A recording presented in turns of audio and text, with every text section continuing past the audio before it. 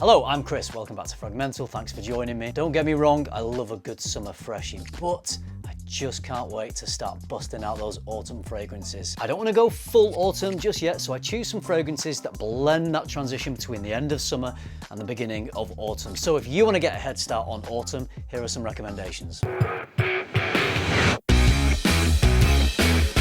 Yeah, a lot of fragrance lovers enjoy autumn fragrances because they're a little deeper, richer, more complex. Perhaps they've got more attitude, maybe a little bit more going on. Spices, boozy, tobacco, all that sort of stuff. But those fragrances can be maybe a little bit too much, a little bit too heavy for that period where we're just coming out of summer and we're just getting into autumn. So we don't want anything too fresh, but we don't want anything too dark. So we're going somewhere in the middle. Here's what I'm going with. I'm kicking off with one of my all-time favorite fragrances. This has got to be easy top 10, maybe even top 5 of my all-time favorite fragrances from Xerjoff. It's Knackos. One of the best tobacco fragrances out there, but there's more than just tobacco. This is a lifted tobacco, if you like, an elevated tobacco, because we've got aromatic notes of lavender. There's also some citrus, there's bergamot in here. It just lifts the whole fragrance. I actually think Knackos is quite a versatile fragrance. Yeah, it leans into its tobacco, and what a beautiful tobacco it is. One of the best, but supporting the tobacco, there are notes that don't interfere with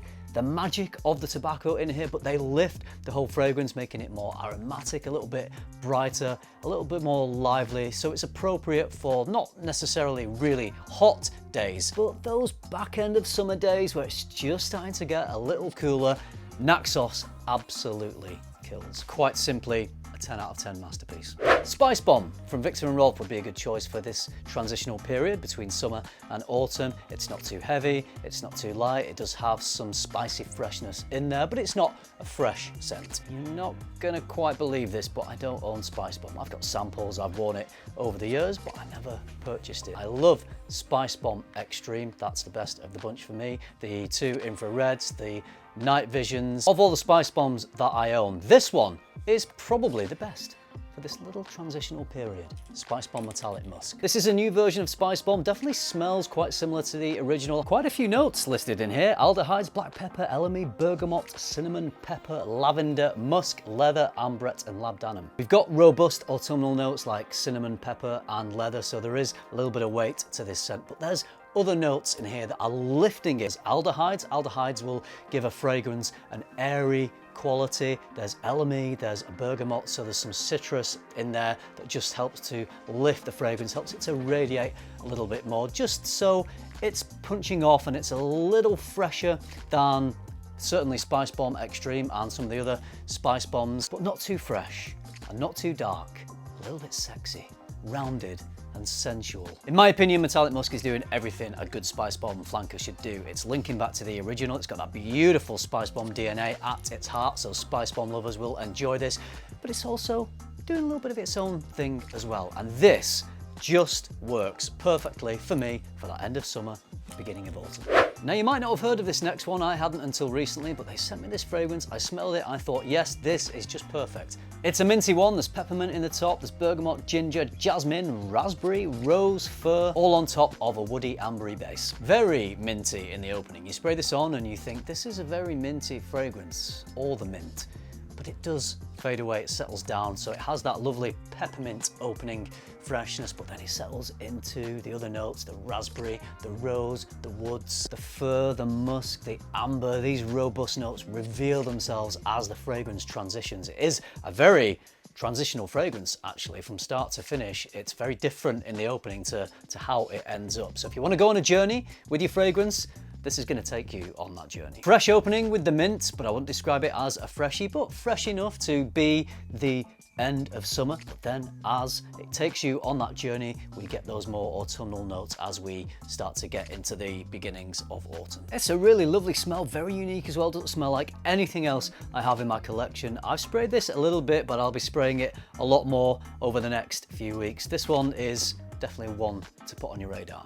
Guys, it's time for some beach mode. Where would a fragrance video be without some beach mode? This is from the brand Balmain, from Quentin Biche, Celle d'Ombre. We are looking at notes of ambergris, olibanum, amber, orris, and tea. Amber is in its name, and this is a stunning rendition of an amber fragrance. It's got this grand soir, like deep, rich, sensual amber that just pulls you into its depth. But offsetting this is this amazing contrast with the saltiness, which is also in its name. So I can see why they called it Sel d'Ambre. The saltiness is coming from ambergris. I'm not sure whether real ambergris has been used. I would imagine, looking at the price of this fragrance and the fact that it's Quentin Biche, that it will be real ambergris that's used. Certainly the fragrance smells pretty natural. It smells very luxurious. It smells like money. This warming, sweet caramelized amber juxtaposed with that sea saltiness just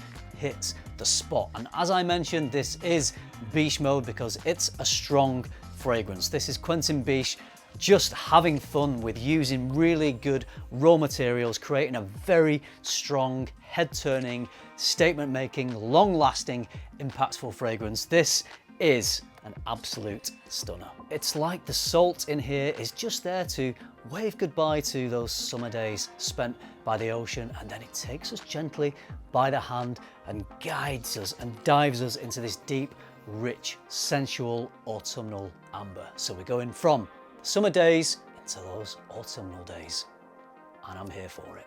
Finally, this is a pretty new release from Armani, one that I was really impressed with, which is why I've decided to wear this over the coming weeks. It's Stronger With You Sandalwood. It doesn't take too much of a departure from that chestnutty, woody, sweet Stronger With You DNA, but it adds a little more airiness and some creamy sandalwood. Because it's not too heavy, it's not too firmly planted in the depths of autumn, this airiness, this lovely light quality, this slight breeziness that it has just connects it to the summer, the end of summer. And the creamy sandalwood, not too deep, not too much of an intense wood for it to be too deep and rich to wear in the slightly warmer temperatures in this transitional period. So it's a slightly lighter, airier, creamier, more versatile version of Stronger With You. If you like the sound of that, then definitely worth checking Sandalwood out. I think it's one of the better, newer Stronger With You releases. I definitely prefer it to the Parfum. Sandalwood is the one I'm going with. Listen, I'm just here to provide a public service. I know that many of you out there reach this period called some autumn at the end of summer, going into autumn, and you're just racking your brains about which fragrances to wear. Is it too cool for freshies? Is it still too warm for those autumnal fragrances? Well, look, don't worry.